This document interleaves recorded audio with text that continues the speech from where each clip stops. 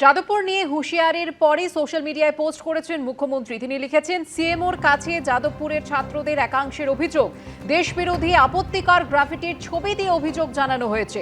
আর্টসের বয়েজ হোস্টেলের মধ্যে মিলেছে নানা আপত্তিকর ছবি।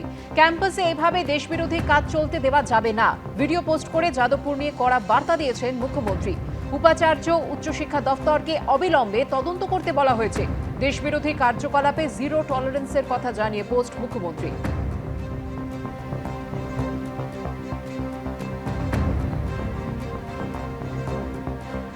ন্যারেটিভগুলো আগেরবারও ছড়ানোর চেষ্টা করেছিলেন, কিন্তু ওগুলো ধোপে টেকেনি। কারণ আমি মাওয়িস্ট রাজনীতিকে সমর্থন করতে পারি, দ্যাট ডাজেন্ট ইমপ্লাই আমি তার মেম্বার। তো এটাকে উনি প্রজেক্ট করে কি বলতে চেয়েছেন সেটা উনি ভালো বলতে পারবেন। এবং ফ্রি প্যালেস্টাইন আশা করি এটা নিয়ে আলাদা করে বলার কিছু নেই, কারণ আমাদের ভারতের যে বিদেশ নীতি এত বছর ধরে ছিল, অন্তত বিজেপি আসার এই 2014-তে আসার আগে অবধি, এমনকি আগের যে প্রধানমন্ত্রী ছিলেন অটল বিহারী বাজপেয়ী, তিনি নিজেও ফিলিস্তিনের পক্ষে সওয়াল করেছেন। আমরা দেশপ্রেমিক, আমরা রাষ্ট্রবাদী নই আরএসএস এর মতো। যাদবপুর কাণ্ড নিয়ে মুখ খুলে পাল্টা প্রশ্নের মুখে পড়লেন মমতা বন্দ্যোপাধ্যায়। যাদবপুর ক্যাম্পাসে তাণ্ডব নিয়ে বলতে গিয়ে সেখানকার ছাত্রছাত্রীদের সম্পর্কে মমতা বন্দ্যোপাধ্যায় বলেন, মতপার্থক্য থাকলেও কোনোদিনও ওদের অশ্রদ্ধা করিনি, কারণ ওরা আমার বন্ধু।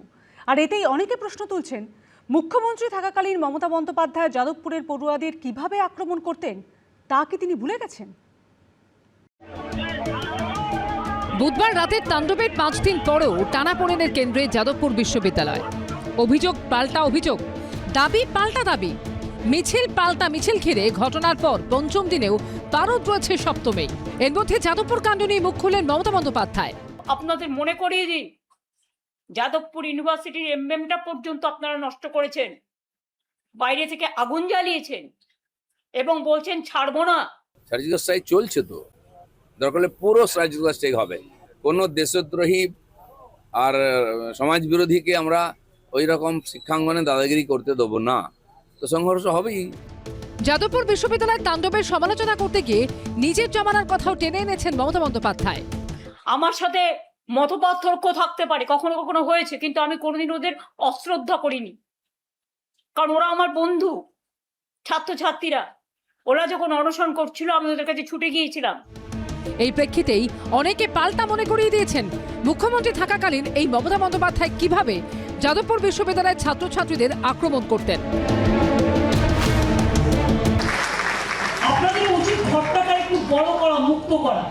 আমি যাদবপুর ইউনিভার্সিটি সকলকে খুব সম্মান করি, কিন্তু মনে রাখবেন, বড় জিনিস সংকীর্ণ গণ্ডিতে আটকে থাকে না, বড় জিনিসটাকে বড় করে দিতে হয়।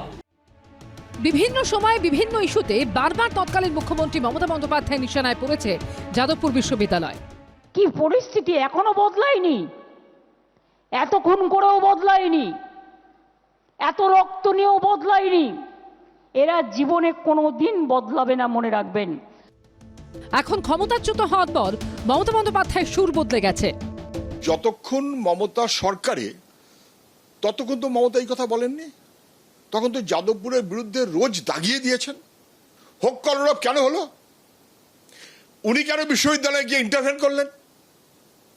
ওনার কথায় কেন বিশ্ববিদ্যালয়ের এদিক ওদিক করতে হলো? অনেক কথা। এসব কি এখন মমতা ব্যানার্জি বলছেন, সরকারি দল থেকে বিরোধী দলে আসলে কথাটা বদলে যায়। প্রতিষ্ঠানকে দখলদারি করার জন্য মমতাও যেমন, শুভেন্দুও তেমন। সেই কারণে এখন জিয়ার মতো কথা বলছেন। 2014 সালে যাদবপুর বিশ্ববিদ্যালয়ে ছাত্রদের অবস্থান বিক্ষোভ চলাকালীন মধ্যরাতে নির্বিচারে লাঠিচার্জ করেছিল পুলিশ। মেয়েদের উপর নির্মমভাবে লাঠি ঘুষি চালানো হয়। সেই সময় মুখ্যমন্ত্রী ছিলেন মমতা বন্দ্যোপাধ্যায়। তারপরই হোক কলরব আন্দোলন নাড়িয়ে দিয়েছিল রাজ্য রাজনীতিকে।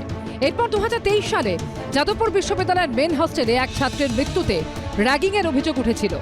তারপরও যাদবপুর বিশ্ববিদ্যালয়কে নিশানা করেছিলেন মমতা বন্দ্যোপাধ্যায়। পুলিশ ঢুকতে দেয় না, সিসিটিভি লাগাতে দেয় না, র্যাগিং করে ছেলে মেয়েদের উপর যাতা, একটা আতঙ্ক পুরো হয়ে গেছে এখন যাদবপুরের মতো গর্বের বিশ্ববিদ্যালয়। আমি দুঃখিত, আমি স্তম্ভিত, আমি মর্মাহত। আমি যার জন্য সব জায়গায় গেলেও যাদবপুরে আমি যেতে চাই না। প্রশ্ন উঠছে, যাদবপুর ক্যাম্পাসে এবারে তাণ্ডবের সমালোচনা করে কি মমতা বন্দ্যোপাধ্যায় অতীত ভুলিয়ে দিতে চাইছেন? আমরা কোনো রকমভাবে কোনো বহিরাগতের এখানে কোনো রকম বিষয়ে কথা শুনতে চাই না, কিন্তু যারা কিনা যাদবপুরেরকে একটা সম্মানের জায়গা থেকে এই রকম জায়গায় নিয়ে এসেছেন, তাদের কাছে বহু কথা বলতে হয়। মমতা বন্দ্যোপাধ্যায় কি বলছেন সেই নিয়ে বাংলার মানুষ ভাবছেন না, বাংলার মানুষ সেই নিয়ে কোনো আগ্রহ দেখাচ্ছেন না। আমাদেরও সেই জন্য ওনার কোনো অভিযোগ, কোনো কথা নিয়ে কোনো আগ্রহ নেই, কেননা পশ্চিমবঙ্গের মানুষ তাকে 15 বছর সময় দিয়েছিলেন এই ব্যাপারটাকে খতিয়ে দেখার জন্য। সব মিলিয়ে যাদবপুর কাণ্ড নিয়ে মুখ খুলে এখন পাল্টা প্রশ্নের মুখে মমতা বন্দ্যোপাধ্যায়। দীপক ঘোষ ও ব্রতদীপ ভট্টাচার্য রিপোর্ট, এবিপি আনন্দ। এবিপি আনন্দ, এগিয়ে থাকে, এগিয়ে রাখে।